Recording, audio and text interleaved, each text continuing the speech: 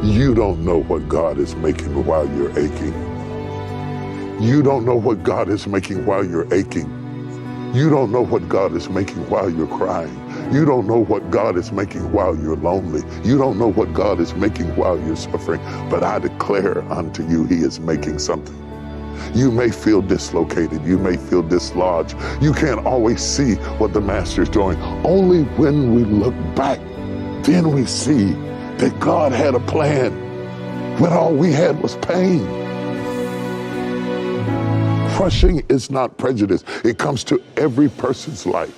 We all experience seasons of death and desperation. Dreams dashed, relationships crumble, businesses fall, and it seems like you're going to die. Whether that business is a big corporate office, bringing in billions of dollars, reporting to its shareholders, or whether it's a mom and pop shop, a dry cleaning service, or a cupcake shop, you go through changes. It is the crushing that gives you wisdom. You cannot buy wisdom in a store. You cannot get it in a jar. It is the crushing that gives you wisdom. It is Nelson Mandela, wrongfully in prison, shut up in a prison in the middle of an island for years, never knowing that while he was an inmate, having food shoved to him like a dog to eat off the ground, that he would be the president of South Africa. And if he had not endured the prison, he wouldn't make the presidency. It is the prison that created the presidency. That is what crushing is. It is the ability to endure the wisdom of the vintner. For the vintner knows exactly where to crush you. I know Nelson Mandela would not have picked such an unsavory place to be president. Most presidents don't go to jail to be president. They go to Yale to be president. But not Nelson. Nelson went to jail and he still got there. You must believe that in spite of the suffering, you will still get there. That God has a watch and it never loses time. And he knows exactly when to raise you and exactly when to bring you out. And when the stage is set and the time is right, nobody can hold you down when God gets ready to raise you up. But the problem with the seed is that it can't think. So it doesn't understand the suffering, and it doesn't understand the pain, and it can't hear me. And sometimes the hardest part about being a preacher is that you want so much for the people to get it, and sometimes the people who need it the most, they really don't really hear you. That you're on course when you're off course. That you're planted when you thought you were buried. That the only way up is to go down. That everything in the kingdom is backwards. That if you exalt yourself, he'll abase you. If you abase yourself, he'll exalt you. Death is necessary to create life. Jesus says, I come that you might have life, and then dies. Because the cost of life was death. Do you understand the words that are coming out of my mouth?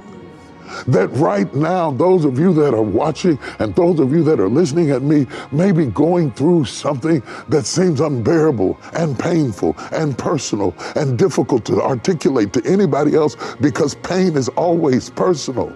How wrong, it's not right, it's not right. It wasn't right for my daughter to be pregnant.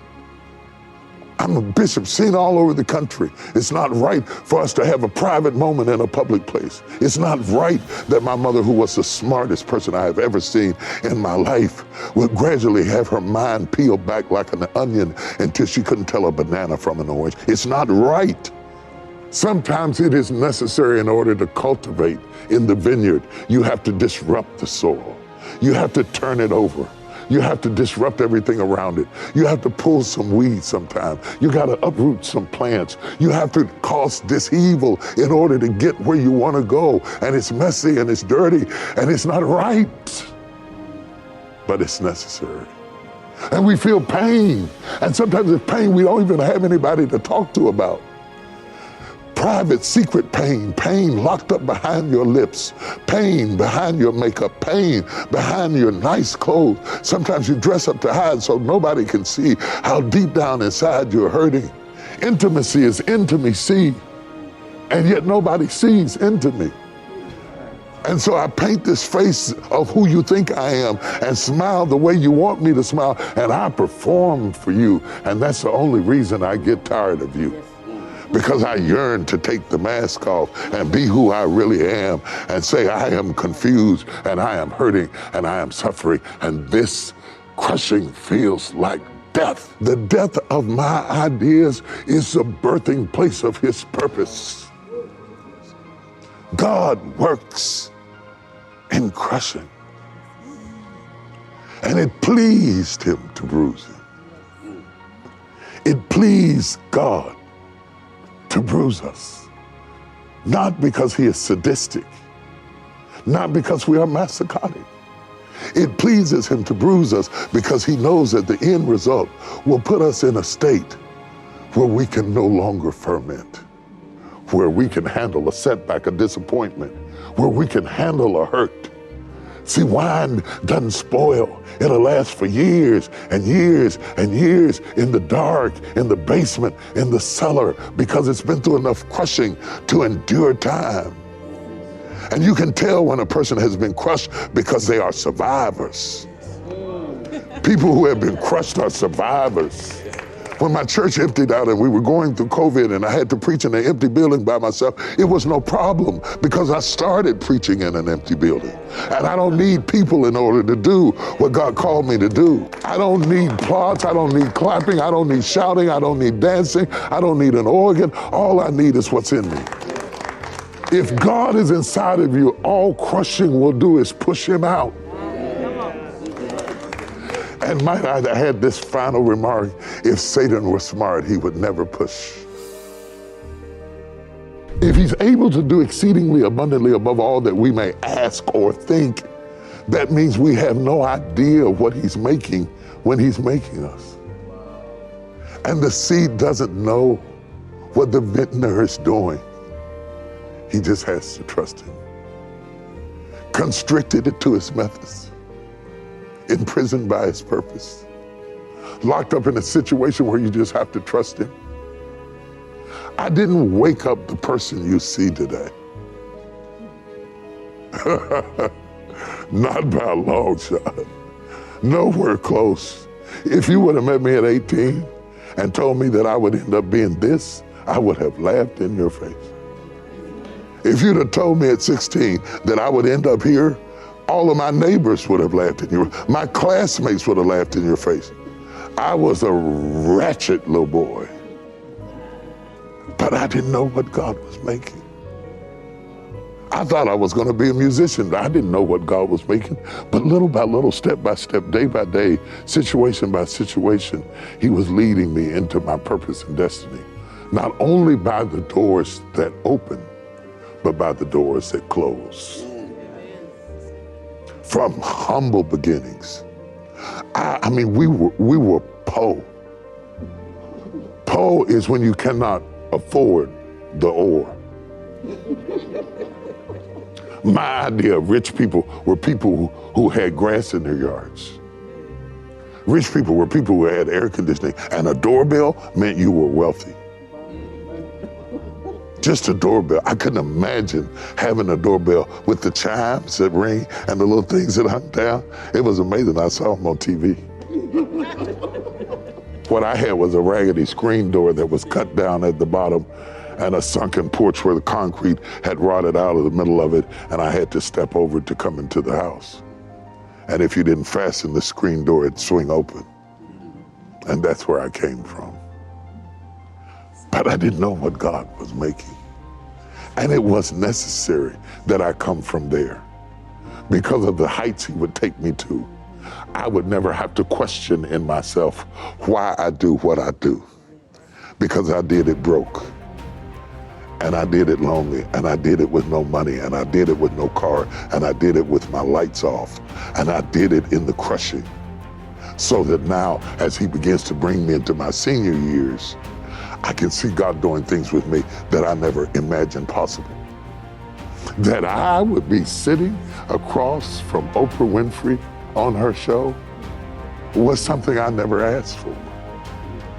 That I would sit down with the CEO of AT&T, then Randall Stevenson, and have a discussion about equity is something that I couldn't imagine. AT&T? That I would be closing on property right next to Tyler Perry Studios? That it's got grass. I mean, it's got really grass.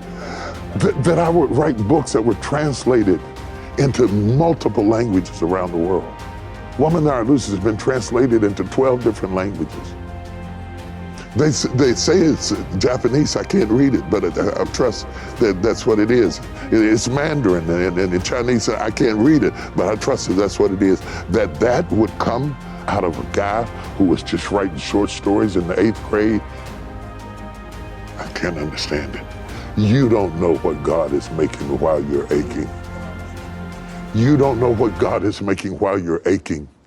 You don't know what God is making while you're crying. You don't know what God is making while you're lonely. You don't know what God is making while you're suffering. But I declare unto you, He is making something. You may feel dislocated. You may feel dislodged. You can't always see what the Master's doing. Only when we look back, then we see that God had a plan when all we had was pain. God had a plan. I had no idea that my daughter getting pregnant, I hated it. It hurt. It's not about embarrassment. It wasn't about image. It was my baby girl. It was about her future, about her destiny. And I thought, this is a mistake. This is wrong. This is wrong. This can't happen. This can't happen to us. And now when she stands up in the pulpit and preach, I realize that if she hadn't have gotten pregnant, she wouldn't have been the person that she became, and that going backwards is what drove her forward, and that God was smarter than I was, and He knows exactly what to take to bring you to the place that He can get out of you what He wants out of you, and He doesn't care whether you're embarrassed or not, and He doesn't care whether people talk about you or not. He doesn't care what they think about you. He only cares that He gets out of you what He put inside of you. He will take you from seed to bearing fruit. And you don't get to choose the method He uses. You don't get to pick the tool that He cuts you with. It may have been your first relationship. It may have been a rape. It may have been childhood abuse. But it shaped something in you, as horrific as it was, that made you self-reliant and able to stand. And when you got through crying about it, you woke up a tougher woman than you were a girl. Does anybody know what I'm talking about? The thing I love the most about Him is that God never gives up on you. He doesn't wait till you're in the bad place and then walk out like people do. Because people are great when you're up, but when you're down, they'll run out.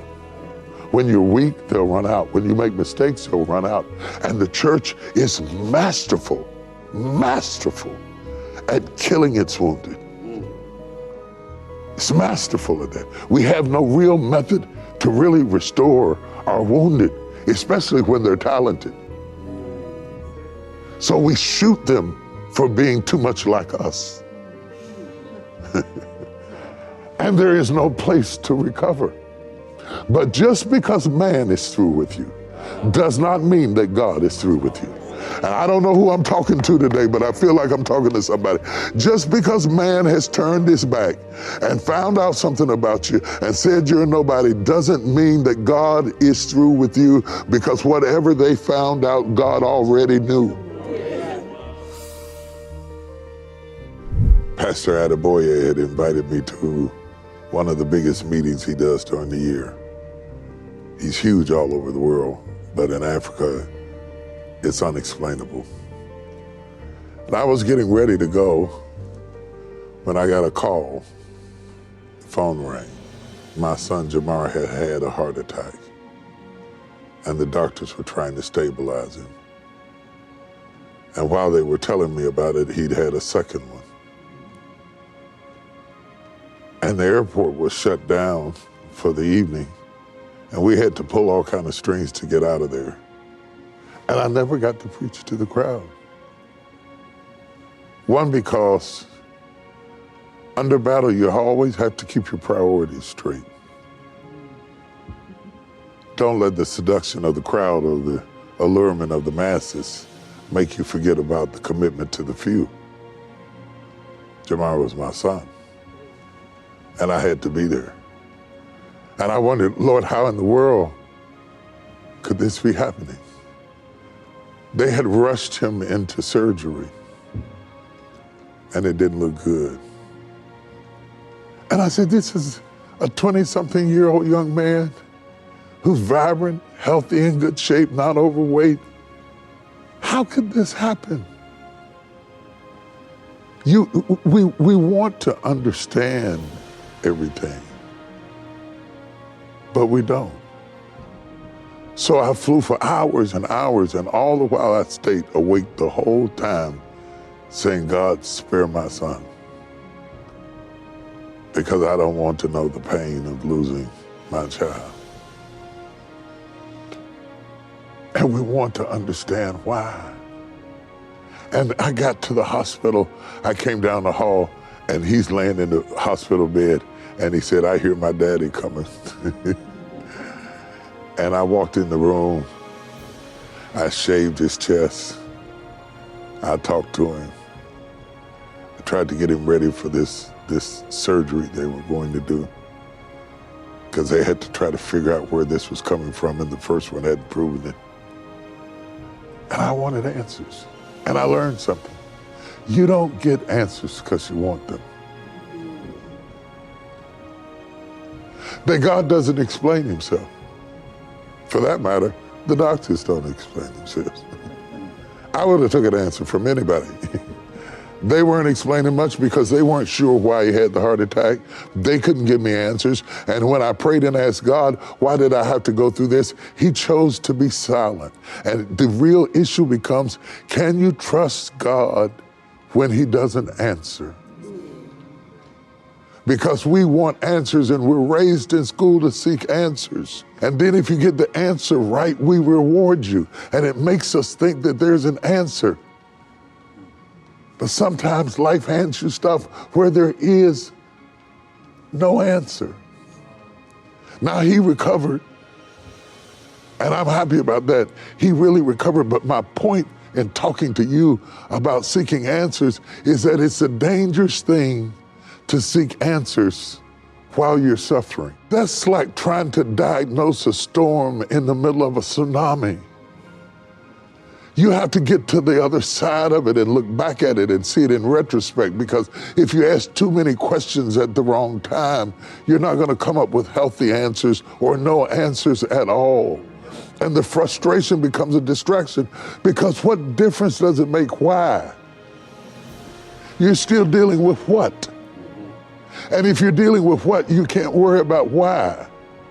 So you're dealing with what, and surviving what must take preeminence over understanding why. I grew up in a little Baptist church in the hills of West Virginia on the mountaintop, and we used to sing an old song, we are tossed and driven on the mighty seas of time. Somber times and somber tempests oft succeed a bright sunshine. In the land of perfect day, when the mists have rolled away, we will understand it better by and by. Sometimes you have to realize that you have to settle to walk in the dark, to walk by faith and not by sight, to not ask God to appeal to your intellect. Because when you ask God to appeal to your intellect, you ask him to come down to your level. When his thoughts are above your thoughts and his ways are above your ways, he has to come down to your level to explain himself. And sometimes God is not interested in your intellect. He is interested in your obedience. Do you hear what I'm saying to you? Because obedience is proven best when you don't understand. If I tell my child, clean up the room, you don't get to ask me why. I don't have to explain to you, we got company coming over and we got this. No. I said, clean the room. Obedience is better than sacrifice. Obedience is better than understanding. And God is trying to teach us to obey him and to trust in the fact, get this, that pruning is not punishment. Yeah. That you are not cursed because you had a bad day. That God is not punishing you just because you're going through suffering. They feel the same, but they're not the same. The intention is quite different between pruning and punishment. Pruning is the reward of having something of value. It's how God lets you know that you're valuable. He wouldn't prune you if you were a dying bush. Nobody prunes a dying bush. He prunes you because you're fruitful. But pruning feels like punishment, and if you're not careful, you will feel like you're punished. And if you will buy that you're punished, then you will believe that you're cursed. God doesn't cut to kill us. He cuts to heal us. I had to trust God when they cut in my back 4 inches and operated on my back, and I had to learn how to walk again. I had to trust God as I preached on Sunday mornings and couldn't walk. I went to Washington, D.C. and preached. I had to lay on the floor in the back of the church. The pain was so great. And then when they got ready to introduce me, I came out. And I preached because when the anointing was on me and the Spirit started moving and the energy got up, it was like I had no pain. I only made one mistake. I sat down after I got through preaching instead of leaving. And when I sat down, I couldn't get up. And there in front of everybody, they had to help me up out of my seat. The one who preached power and anointing and glory couldn't get out of his chair. And this oxymoron between strength and weakness, between victory and being paralyzed, is the human experience. Truth and trust hold hands. They hang out together. We need both to see the crushing from God's divine perspective. We have to look at it from God's perspective to avoid our limited view. We cannot see what God can see. We can see to the corner, but God can see around the corner. If Jesus went to the cross, if Paul got locked up in jail, if Joseph got thrown into a pit, if the woman was there with the issue of blood, why not me? So when you face a dilemma and you run into a crisis and you're trying to figure out what in the world is going on in my life, and it feels like you're going backwards instead of forward, and you trusted the wrong person, or you made the wrong decision, or the business didn't turn out like you think, and you have a setback, you have to remember a setback is a setup for a comeback. And you can't go into the valley of despair and throw yourself a pity party and luxuriate in the pain of your own self-indulgence and ask God, why you? When God spared not his son, why would he spare you? Come on. The question is never why me, it's why not me. I remember our ministry was thriving, and then in 2008, the economy collapsed. I had to lay off 40 people. I thought, why me, Lord? He said, why not you? Other people are going through the same thing. Why not you? The Lord was teaching me how to lead, how to make decisions, how to make tough choices. Anybody can make easy choices as a leader, but in order to make tough choices and have the spine and the guts to be able to make a tough choice that people don't like, and they're murmuring about it and they're complaining about it, but it was necessary to do it, and it fell my lot to be able to make those kinds of choices. Why me? Why not me? To him whom much is given, much is required. You can't have the much given and then avoid the much required. You have to make the tough decisions, and sometimes they are not popular. It's not popular, but it's purposeful.